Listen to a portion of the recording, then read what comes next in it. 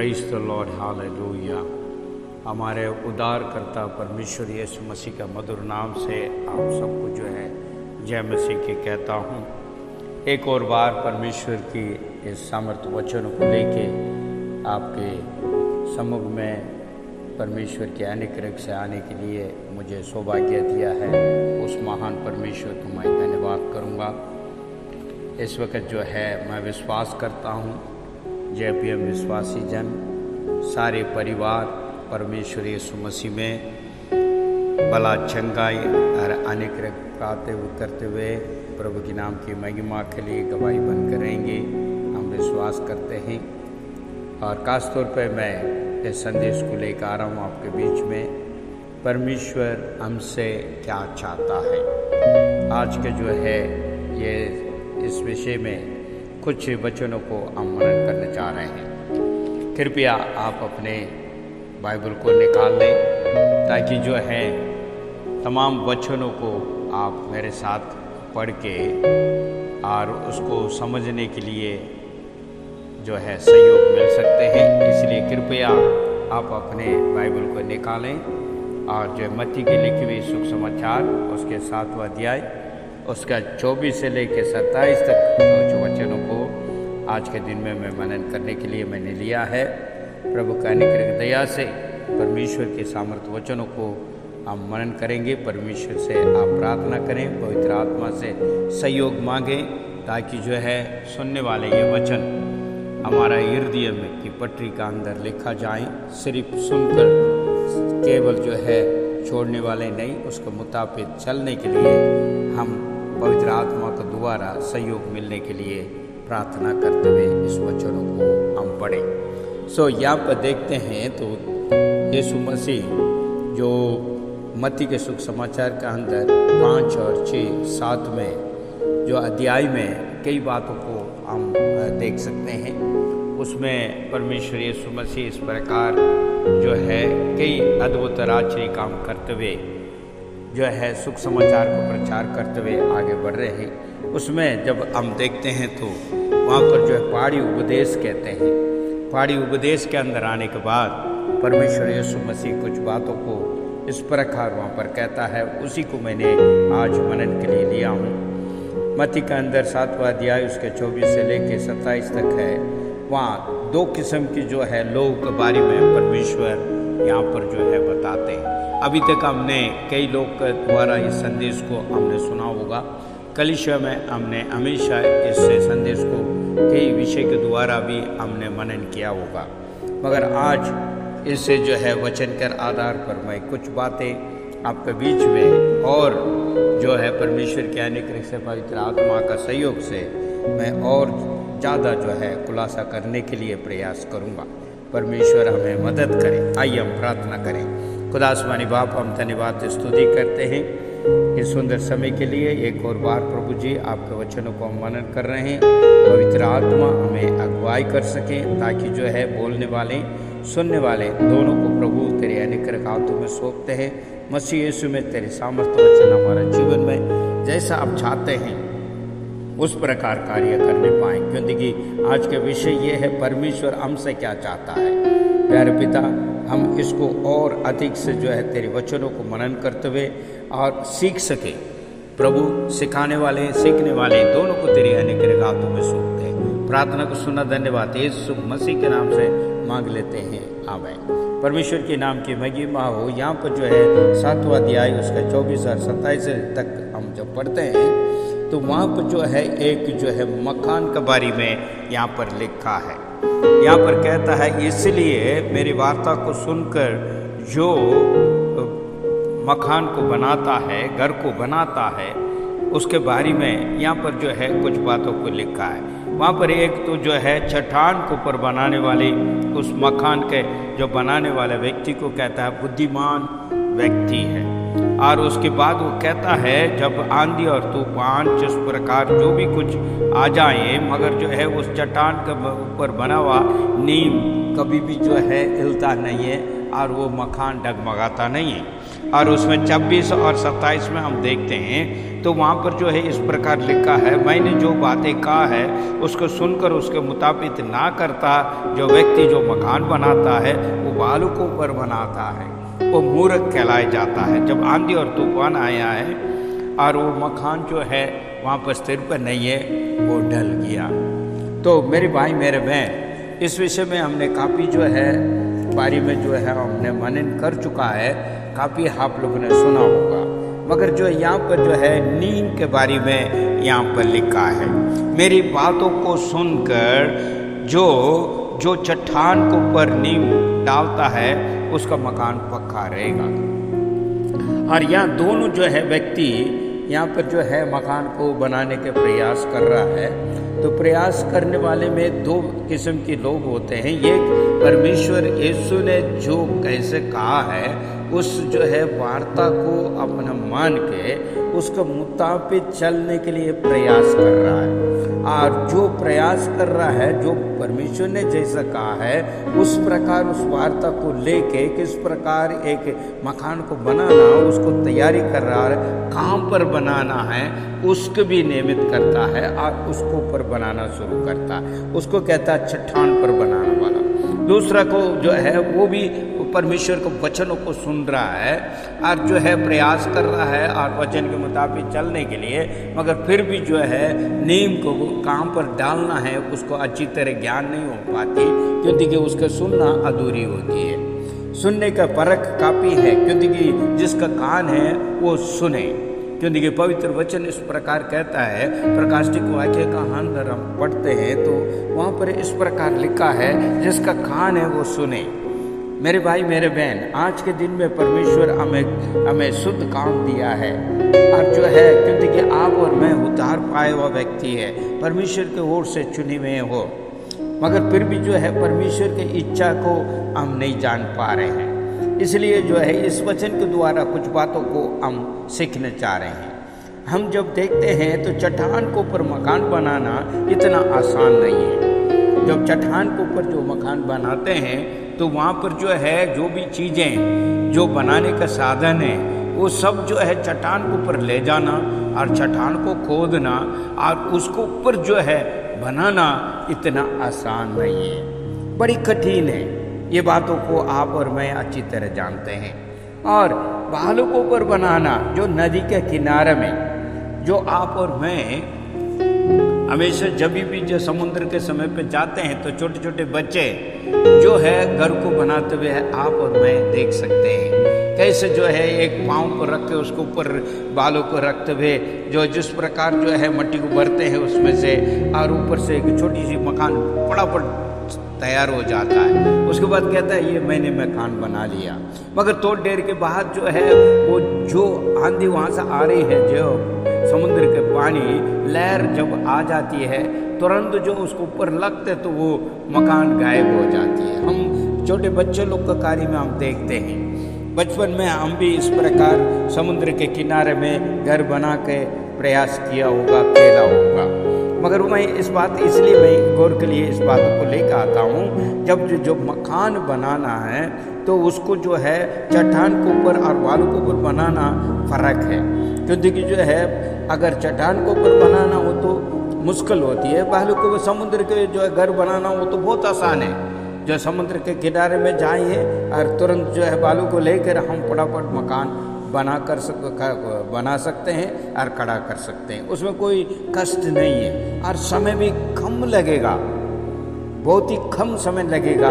मगर चट्टान के ऊपर बनाना हो तो काफ़ी मुश्किल है और समय भी बहुत लगेगा और उसके मेहनत भी ज़्यादा है।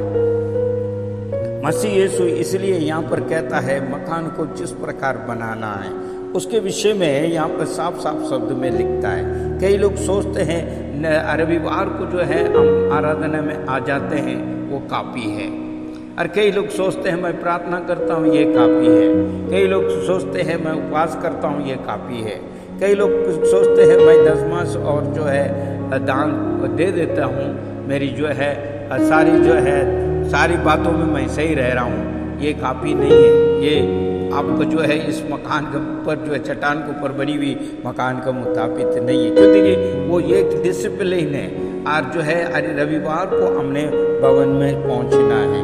उसी प्रकार हमने जो आराधना करना है, उसी प्रकार प्रार्थना करना, उपवास करना, ये सब एक जो नियम है ईश्वर के तौर पे बाइबल हमें बताते हैं, नियम है। मगर जो मकान बनाने हैं वो वाली बात है परमेश्वर यीशु मसीह में बना रहना। क्योंकि चट्टान कौन है? चट्टान का अर्थ ये हुआ परमेश्वर यीशु मसीह है। वो जो है यीशु मसीह के ऊपर जो है हम जो है बना रहना है, इसी को कहता है बुद्धिमान, जो परमेश्वर यीशु में बना रहता है। क्योंकि जो है उसमें बना रहने वालों को अधिक जो है मेहनत करना अवश्य ज़रूरत होती है। मसीह यीशु में आसानी से बना नहीं रह सकता, क्योंकि हम संसार में जीवन बिता रहे हैं। कई किस्म का डगमगाने के कार्य हमारे बीच में आ ही जाता है, और जो है हमारा नींव नहीं सही नहीं बैठ पाते हैं। कई लोग सोचते हैं हम इस प्रकार मसीह में जीवन बिता रहे हैं। मेरे भाई मेरे बहन, ये जो है सिर्फ दिखावा का मुताबिक हो जाती है, मगर चट्टान मसीह यीशु है।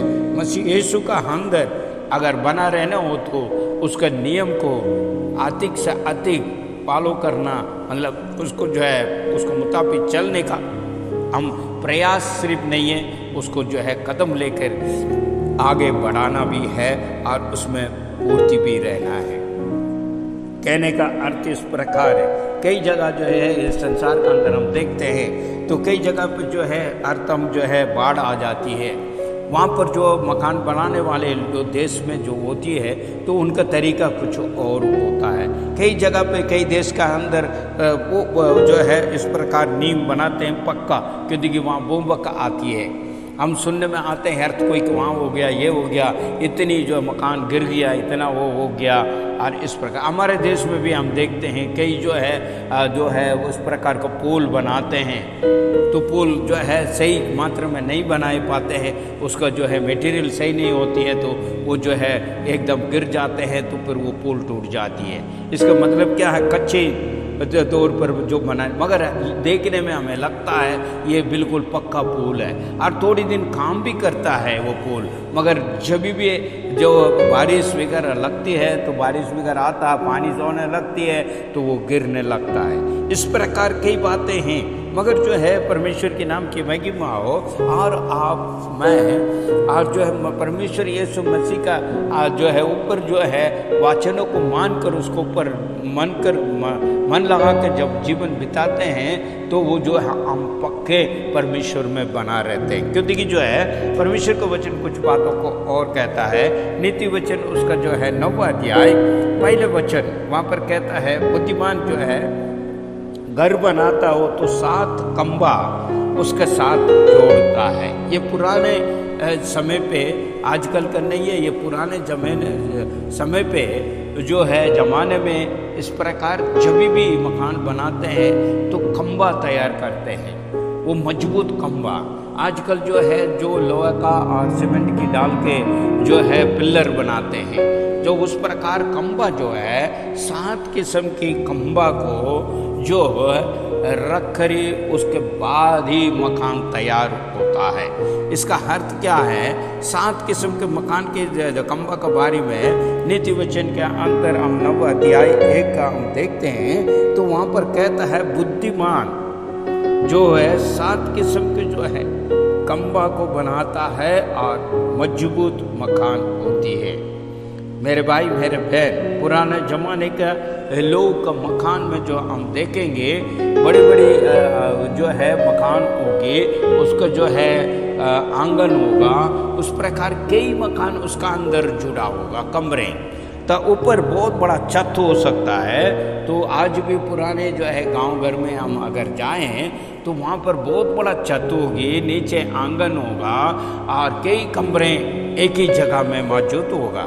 तो इस प्रकार कई किस्म के, क्योंकि वहाँ पर जो है उस मकान बहुत मजबूत होती है और जो है वो कभी भी जो है आंधी तूफान में और जिस प्रकार कोई भी वो आता है तो वो टलता नहीं ना गिरता है। क्योंकि जो पक्का मकान कहते हैं, जो उस समय पे जो बुजुर्ग लोग जो है इस प्रकार जो है पक्का मकान उन्होंने बनाया। और जो है चट्टान का जो है टुकड़े, जो है पत्थर के टुकड़े को लेके बड़ी बड़ी जो है पहाड़ों को तोड़ के उस पत्थर में जो आलीशान मकान बनाते हैं। मेरे भाई मेरे बहन, जो यहाँ 7 किस्म की बातें को यहाँ पर कहा है, तो उसमें से कुछ बातों को आपके बीच में मैं रखना चाहता हूँ। ये 7 खंबा क्या है? अभी तक हमने जो है कई बातें जो है मूर्ख के बारे में और बुद्धिमान के बारे में हमने पढ़ते आए हैं इस मकान के विषय में, मगर 7 खंबा को जब लेते हैं तो वो मकान पक्का रहता है। वो 7 किस्म के खंबे क्या है, तो वहाँ पर जो है कुछ बातों को हम देख सकते हैं, क्योंकि जो है वचन के आधार पर हम अगर देखें तो सबसे पहले जो है खंबा है मन पराव।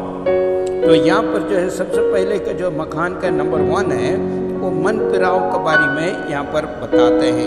मन पिराव का अर्थ इस प्रकार है, वहाँ पर हम देखते हैं तो प्रेरित के काम उसके जो है 2 अध्याय उसका 38वां वचन इस प्रकार कहता है, जब मन को जीता गया और उन्होंने मन फिरने के लिए पत्रुस से पूछ रहा है। जब ये बातें जो है हम जो सुख समाचार में देखते हैं तो परमेश्वर यीशु मसीह को कई लोग जो है जाना और पहचाना और उनके साथ में चला भी था, उनके द्वारा चंगाई को प्राप्त किया है और भोजन भी प्राप्त किया है और साथ साथ जो है अद्भुत और आश्चर्य काम भी देखा है। फिर भी जो है परमेश्वर यीशु मसीह को उद्धारकर्ता नहीं माना और उन्हें क्या कह दिया आखिरी में, और जो है सूली पर चढ़ा दिया। सूली पर चढ़ने के बाद भी जो लोगों को ये नहीं पता ये जो है परमेश्वर का पुत्र है, फिर भी नहीं पता, जैसे भी उन्होंने सोचा समझा उस प्रकार चलते रहा, मगर जो उनके चेले लोग परमेश्वर यीशु के साथ ही चला और उन्होंने जो है परमेश्वर के ऊपर भरोसा किया, ये जो है परमेश्वर का जो है पुत्र है यीशु मसीह, इस प्रकार विश्वास करते हुए किया है। और जब ये लोग 12 चेले और उनके साथ में 120 लोग जब परमेश्वर का जो है ध्यान तो हो गए, उसके बाद जी उठा और स्वर्ग में चले गया, उसके बाद इंतजार करते हुए उन लोग प्रार्थना कर रहे, क्योंकि परमेश्वर ने कहा है इंतजार करो और उसके बाद जो है तुम लोग निकलना है और प्रार्थना में बने रहने के लिए कहा। तो उन लोग इंतजार करते परमेश्वर की आज्ञा के लिए, वो बैठा हुआ था। उस समय पे पवित्र आत्मा जब आया करके हम जो है प्रेरित के काम पे हम देख सकते हैं। प्रेरित के काम के अंदर हम देखते हैं जब पवित्र आत्मा आया और भिन्न भिन्न भाषा में उन्होंने बात की, उसके बाद उन्होंने बाहर निकला और सुख समाचार को प्रचार किया। जब प्रचार कर रहे हैं तो जो लोगों को लोगों को पास इस प्रकार उन्होंने कहना शुरू किया है, देखो तुम लोग ने जो है यीशु को मारा और क्रूस पर चढ़ाया है और वो ही परमेश्वर है, और जो है जिसने तुम लोग ने उन्हें दोष दिया है, उन्हें थाक दिया है, वही जीवित परमेश्वर है और वही अद्भुत और अच्छे काम करने वाला है और वो जीवित हुआ है और हम गवाही है। परमेश्वर के नाम की महिमा हो। मेरे भाई मेरे बहन, जो यहाँ पर जो है पतरस इस प्रकार जो है जब प्रचार कर रहा तो उसमें हम देखते हैं प्रेरित काम का अंदर 3000 लोग मन फिरना आया। हालेलुया, परमेश्वर के नाम की महिमा। उन लोगों ने सुना है परमेश्वर यीशु मसीह जिंदा जीवित परमेश्वर है और वही उद्धार करता। जब भी जो लोग ने और जो है पतरस के पास आया है और उन्होंने उनका अंदर हृदय का अंदर चेता गया है, क्योंकि हमने जो काम किया है वो गलत है, जो परमेश्वर से आशीष पाके उन्हें तिरस्कार किया है वो गलत है। आकर के उन्होंने समझा, इसलिए अपने पापों का प्रायश्चित करने के लिए उसके पास आया और उन्होंने कहा है, हाँ ये जो है उनसे पतरस से इस प्रकार का मन फिरने के लिए हम क्या करना चाहिए। मेरे भाई मेरे बहन, ये पहला खंबा है हमारा जो मकान को बनाने के लिए, जो पहला खंबा है मन फिराओ। प्रभु के नाम की महिमा हो। पूरी तरह मन फिरना अवश्य जरूरत है। जब अधूरे मन फिरते हैं वो परमेश्वर में बना नहीं रह सकता है, क्योंकि वो चट्टान में वो खड़ा नहीं रह सकता, न चट्टान में नहीं मिला सकते हैं, वो बालू को मुताबिक है। मगर उसने विश्वास किया और जो है सुना भी है, मगर उसको मुताबिक चल नहीं पाया। मन पूरी तरह फिरना जरूरी है। एक चीज़ के ऊपर जो है हम उसे हटाना सोचते हैं, उससे मन फिराने सोचते हैं, तो पूरी तरह मन फिरना अवश्य जरूरत है, जब ये हम परमेश्वर में बना रह सकता है। सबसे पहले खंबा जो है मन फिराओ, जो हमारे हृदय के अंदर आप और मैं इस बात को जांचना अवश्य जरूरत है, क्योंकि जो है हमारे अंदर सच में मन फिराव है। इस बातों को जानना बहुत ही अवश्य जरूरत है। मन फिराव हमारे जीवन में बहुत अवश्य जरूरत है। जो है हम देखते हैं उसमें जो है प्रवृत्ति का काम का अंदर 2 अध्याय उसका 38वां वचन में मन फिराव सबसे पहला खंबा बन रहा है, और उसके बाद उन्होंने जो है अपने पापों का अंगीकार कर रहे हैं। उसकी दूसरी जो है खंबा बनती है पानी का बपतिस्मा। पानी का बपतिस्मा का मतलब जो हम भी कई जो है बपतिस्मा लिया हुआ है हम लोग, फिर भी जो है मन फिराव का बपतिस्मा नहीं ले पा रहे हैं, अधूरी रह जाती हैं हमारी। जब एक इंसान मर जाते हैं उसे तपन किया जाता है, बिना मरे हुए आदमी को तपन नहीं किया जाता है। कुछ लोग इसी प्रकार आज भी है, वो कहते हैं हम तो मर चुका है मगर फिर भी जिंदा है। तो कहने का अर्थ मेरे तात्पर्य ये है, हर प्रकार का जो मन फिराव बोलने के बावजूद दोबारा वही कार्य हम अपने जीवन में जो कर रहे हैं, तो वो मन फिराव नहीं कहलाया जाता है, वो इंसान मरा नहीं है। और जो है बपतिस्मा का अर्थ इस प्रकार है, पानी का बपतिस्मा मतलब पानी में डुबाते हैं तो वो पानी का अंदर जो है मर गया और समाप्त हो गया, उसके बाद वहाँ से दोबारा उसको उठाते हैं तो वो जीवित हो गया। परमेश्वर यीशु मसीह भी आप देख सकते हैं, जब आप यूहन्ना सुसमाचार का अंदर जब हम देखते हैं तो परमेश्वर यीशु मसीह का भी बपतिस्मा हो रहा है, तो पानी का अंदर परमेश्वर यीशु मसीह का डुबाया गया है। तो वो उस पानी का अंदर डुबाने के बाद जब बाहर निकल आया तो स्वर्ग में जो है एक जो है पवित्र आत्मा जो मंडलाया, वो भी देखते हैं। और पिता परमेश्वर ने वाणी के द्वारा बात किया है, मेरे भाई मेरे बहन वो आप जानते हैं, ये मेरा लौता पुत्र है। मेरे भाई मेरे बहन, ये जो है बपतिस्मा का अर्थ ये हुआ पूरी तरह मन फिर के बपतिस्मा लेना है। बपतिस्मा जो है ये दूसरा खंबा है मेरे भाई मेरे बहन, जो पुराने बातें सब छोड़ना अवश्य जरूरत है। इसके लिए एक छोटी सी उदाहरण बातों को मैं आपके पास कहकर आगे बढ़ना चाहूँगा। जो एक व्यक्ति जो है ऑफिस में काम करते थे 3-4 लोग, वो उनके पास जो है हमेशा एक जो है पुराना जुराब पहन कर आता था।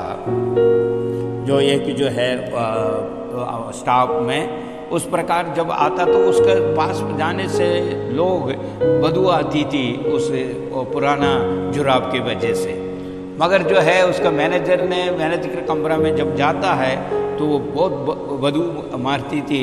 जब उसने कहा है कल का दिन में हमारे पास इंस्पेक्शन के लिए बड़ा अधिकारी आ रहा है, मगर मेहरबानी करके तुम इस जो है जुराब को फेंक दो और नया जो है आप जुराब पहन के आना, नहीं है तो मैं नौकरी से निकाल दूंगा, क्योंकि कल हमारे अधिकारी आ रहा है तो तुम्हारा जो है ऑफिस में भी आएगा और तुझे सब मिलना है, तो उस समय पे ये बदबू मैं नहीं चाहता।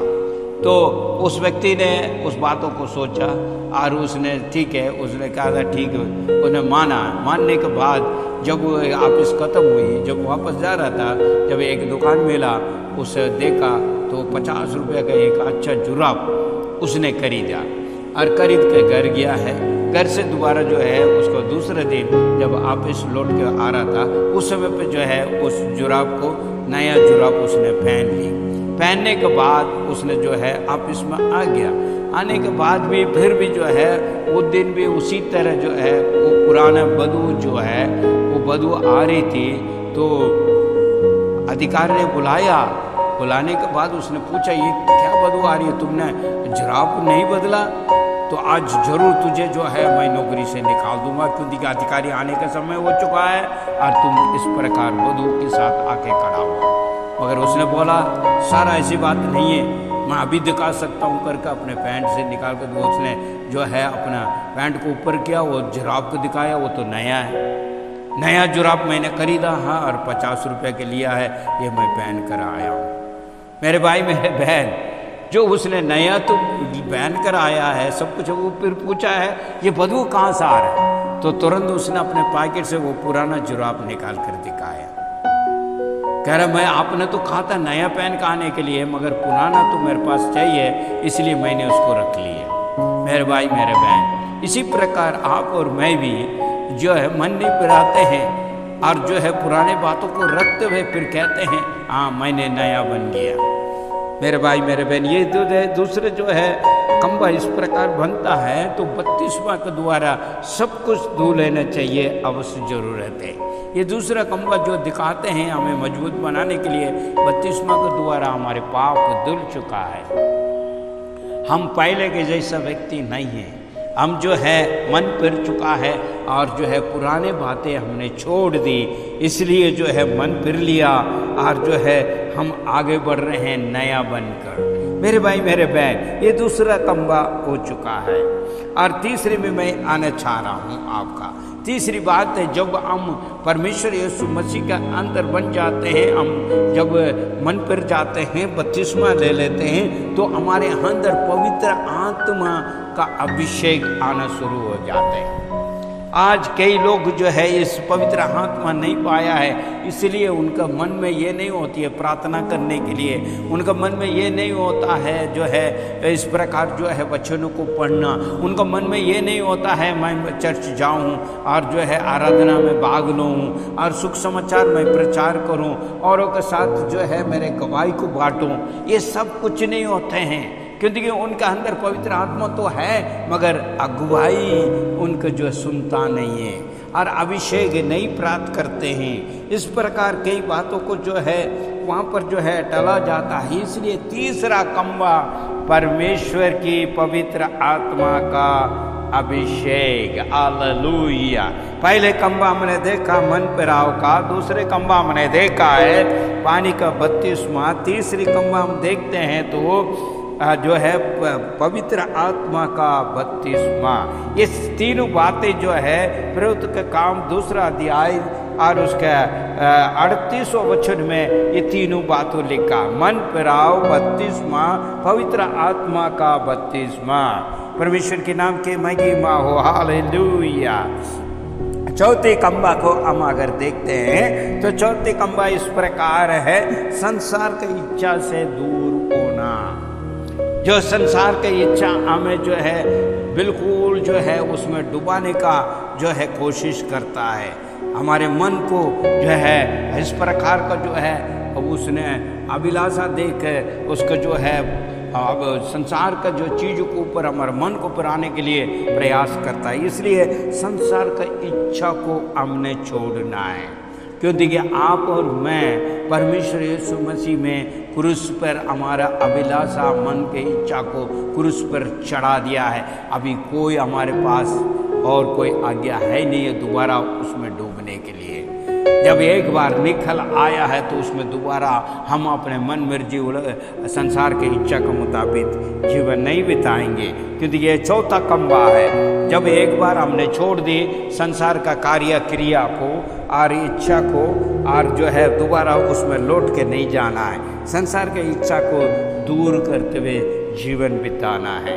पांचवी बातें खंबा जो है हम आपके बीच में रखना चाहते हैं, वो खंबा इस प्रकार है। और जो है प्रवृत्ति के काम पर जो है लिखा हुआ है तो उसके दूसरे अध्याय 42 का वचन जो है चैप्टर 2 वर्स नंबर 42, उसमें यहाँ पर ऐसे इस प्रकार लिखा है, प्रवृत्ति का जो है उपदेश में बना रहना है।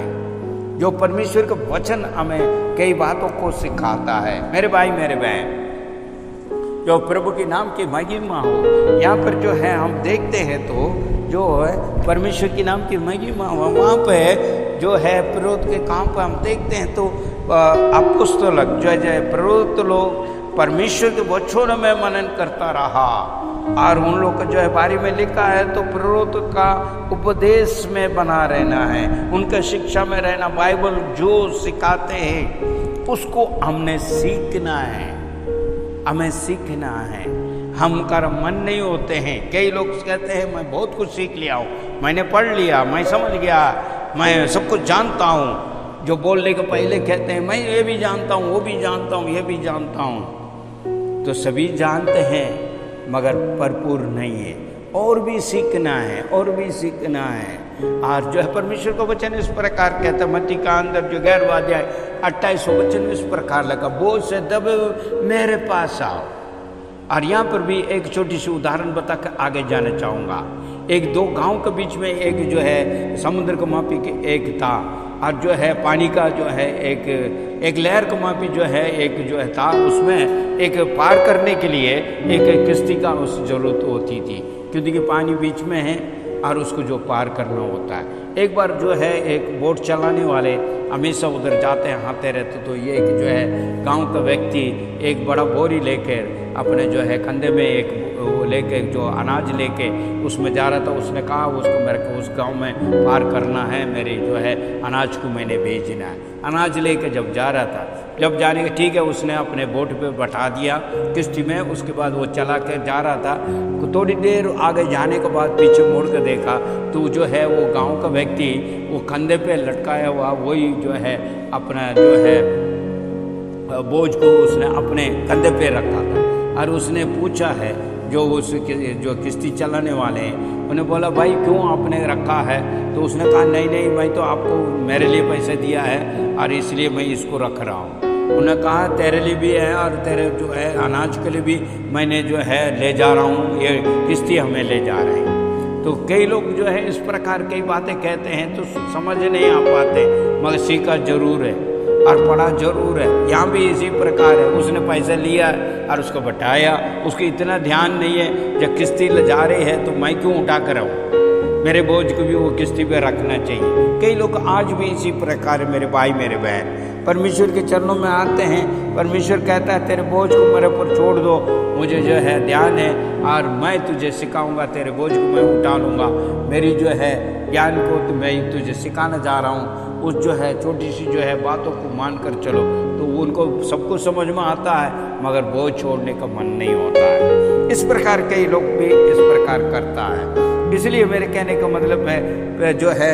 विरोध के काम का अंदर हम देखते हैं तो विरोध को उपदेश में हमको बना रहना है। ये 5वां खंबा है मेरे भाई मेरे बहन। अभी जो है 6वां खंबा पे मैं लेकर आना चाहता हूँ। यहाँ पर 6वां जो है आता तो उसमें जो है वहाँ पर जो है उसका दूसरा अध्याय उसी का जो है 42वां हम देखते हैं, मेज में भाग लेना है। परमेश्वर का मेज में भाग लेना अवश्य जरूरत है, चाहे वो महीने में एक बार हो, चाहे 15 दिन के एक बार हो, क्योंकि मेज के द्वारा हम और शुद्धिकरण होते हैं और मेज इसको दिखाता है। मेरे लिए परमेश्वर यीशु मसीह मरा और क्रूस पर चढ़ा और उस रात को परमेश्वर ने नया वाचा को मुझे दिया है, क्योंकि मैं पाप में ना मरूं और पाप में ना मैं डूबूं। और मेरे लिए परमेश्वर इतना अनोखा कार्य कि अपने ऊपर मेरी जो है गुनाह को ले लिया,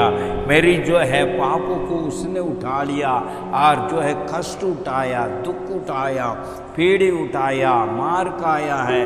और मेरी जो है रोगों के लिए, मेरे पाप के लिए, मेरे अधर्म के लिए उसको हम स्मरण करते हैं और वो नया वाचा में हम भाग लेते हैं। मेरे भाई मेरे बहन, नया वाचा में हम भाग ले रहे हैं, हम उसको स्मरण करते हैं, वो कलवारी क्रूस को स्मरण करते हैं, यीशु को स्मरण करते हैं। यीशु क्यों आया है, स्वर्ग छोड़ के किस लिए आया है, मेरे लिए आया करके हम स्मरण करते हैं। मेरे पाप के कारण, मेरी जो है अधर्म के कारण उसको जो है आंतों में चिल्लाया गया है, चेता गया है, उसने कोड़े खाए हैं मेरी चंगाई के लिए।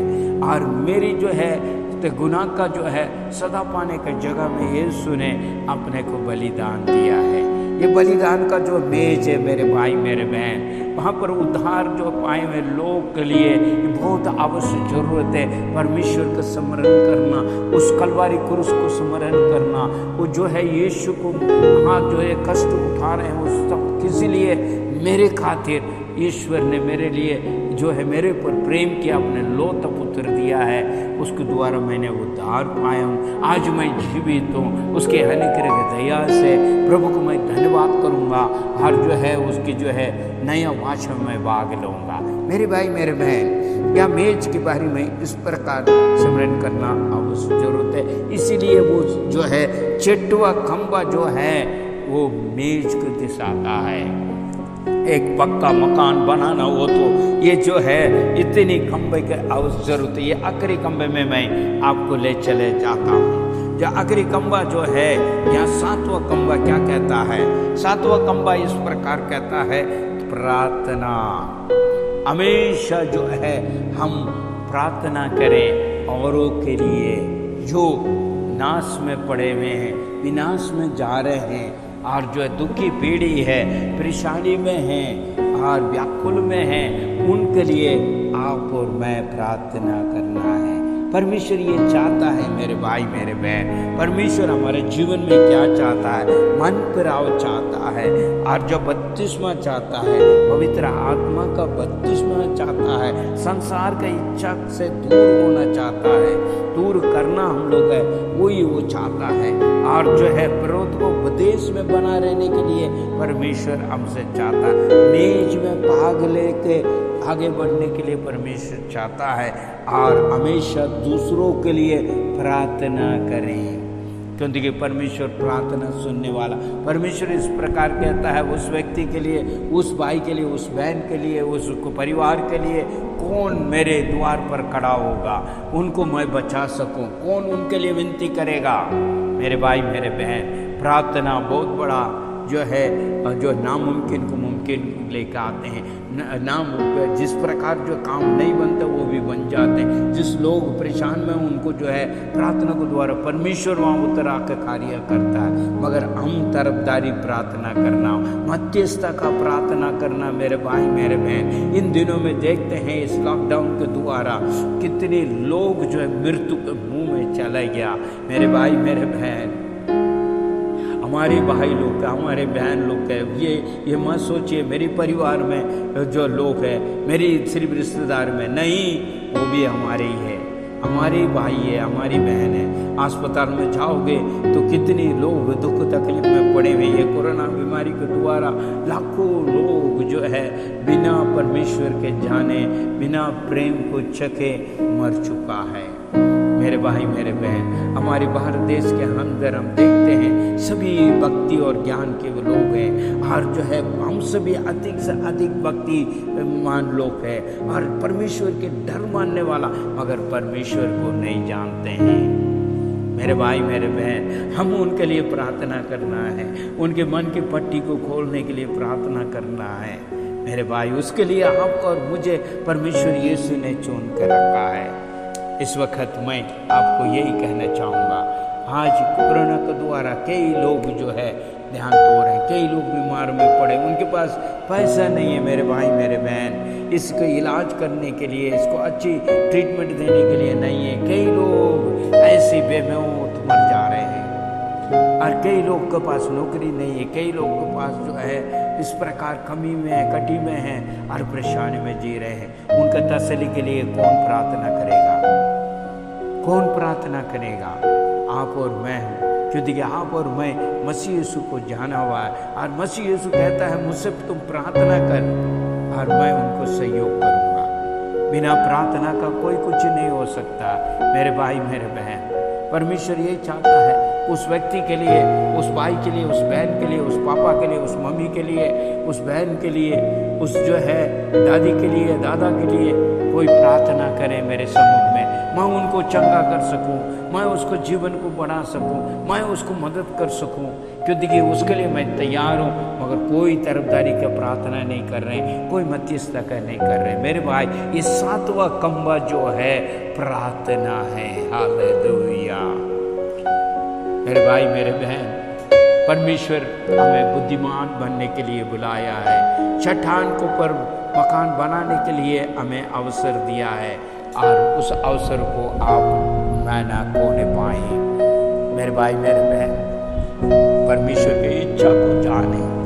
परमेश्वर की इच्छा यही है ये 7 खंबे हमारे पास होने पाए, जब ये हम चट्टान के ऊपर बना सकते हैं अपने मकान। वो चट्टान कौन है? परमेश्वर यीशु मसीह है। हालेलुया। उस मसीह यीशु में हम सदा बना रह सके, हमारे मकान हमेशा जो है जोरदार होने पाए, और उसकी जो है परमेश्वर के साथ रह के हम उसके नाम की महिमा के लिए चट्टान के ऊपर मकान बने और बुद्धिमान कहलाए जाए। चाहे कोई भी आंधी आए, तूफान आए, परेशान आए, पेड़े आए, हम हिलेंगे नहीं। परमेश्वर के साथ है हम बना हुआ, वो चट्टान के ऊपर बना हुआ मकान है। मेरे भाई मेरे बहन, हो सकता है आज के दिन में आपके जीवन के अंदर कई कठिन है, कई दुख है, कई पीड़ी है, कई परेशानी क्यों ना हो, मगर खुदावन यीशु हमारे साथ है। अगर हम जो है ये 7 खंबे के साथ मकान बना कर रहते हो तो हमारे मकान कभी टलेगा नहीं, कभी हम उदास नहीं होंगे। चाहे कुछ भी आंधी आ जाए, तूफान आ जाए, मेरे भाई मेरे बहन, हम ये 7 खंबे के साथ बना हुआ उस मकान के मुताबिक बुद्धिमान बनकर हम जीवन बिताएंगे, औरों के लिए भी हम जो है मार्ग दिखाने वाले बनेंगे। परमेश्वर आपको बहुत बहुत आशीष दे। इस वक्त मैं प्रार्थना करने जा रहा हूँ, जो भाई बहन इस जो है बातों को समझ रहे हैं और उसमें जो है अपने आप को जांच रहे हैं, क्या मैं ये 7 खंबा बना हुआ है और मेरे मकान जो है टिके गए और नहीं टिका है, बालू के ऊपर है, चट्टान के ऊपर है, अपने आप को जांचे मेरे भाई मेरे बहन।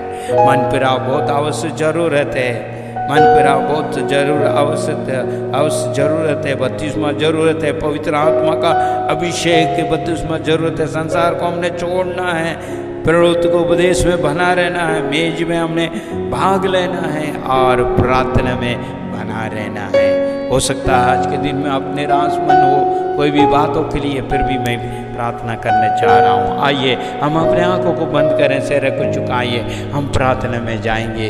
स्वर्गीय पिता, हम तेरी धन्यवाद स्तुति करते हैं। इब्राहिम का परमेश्वर, इसहाक का परमेश्वर, याकूब का परमेश्वर, जिंदा जीवित परमेश्वर, तो हमारे लिए जीवित है, हमारी प्रार्थना सुनता है, इसलिए मैं धन्यवाद स्तुति करता हूँ। प्रभु महान परमेश्वर पिता, हम अपने जो है मकानों को चट्टान के ऊपर बना सके। पिता, आज के दिन जो 7 खंबे के बारे में हमने जो मनन किया है, वो बातों को प्रभु हमारे जीवन में तो उपलब्ध करा खुदा, ताकि जो है लोग भटक रहे हैं, उनके पता नहीं है पिता परमेश्वर मार्गों को, मगर विश्वासी जन कहते हैं मैं परमेश्वर में बना हूँ कहता है, मगर उनके मकान बालों के ऊपर बना हुआ है। जैसे थोड़ी सी आंधी आती है, तूफान आती है, परेशानी आती है, तो प्रभु वो डगमगाने लगता है, विश्वास से डगमगा जाता है, पीछे हट जाते हैं। प्रभु जी पिता परमेश्वर, तू अनुग्रह दया कर, ताकि जो है उनके जीवन में जो भी कमी कटी वो दूर होने पाए। ये 7 खंबे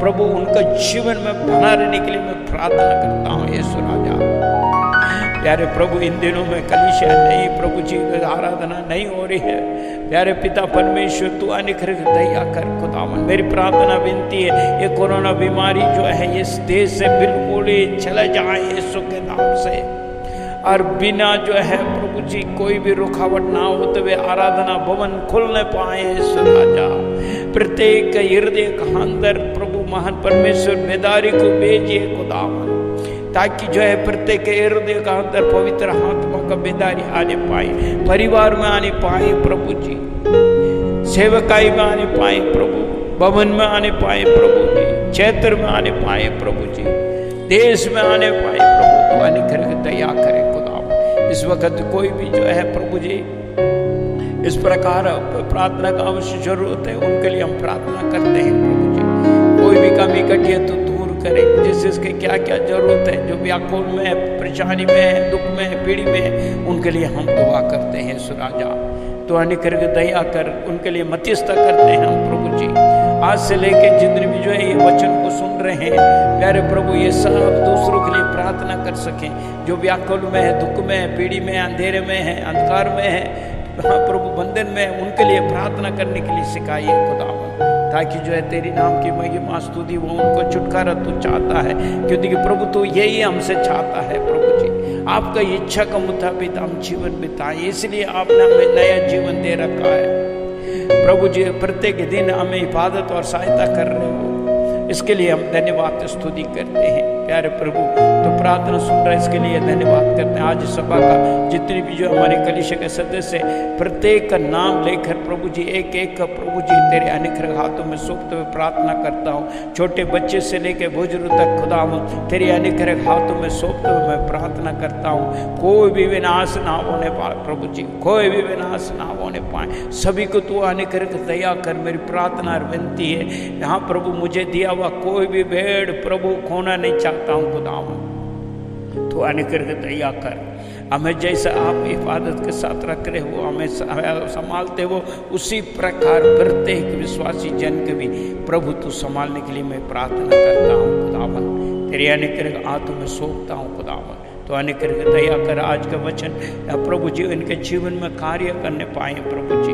प्यारे पिता परमेश्वर तू अनिखर दया कर, ताकि जो है अनेक लोग जो है प्रभु जी बुद्धिमान बन सकें, मसीह यीशु में बना रह सकें, मसीह यीशु में सारी आशीष को प्राप्त करने में मदद और सहायता दे। आपने प्रार्थना सुना, धन्यवाद। यीशु मसीह के नाम से मांग लेते, आमीन।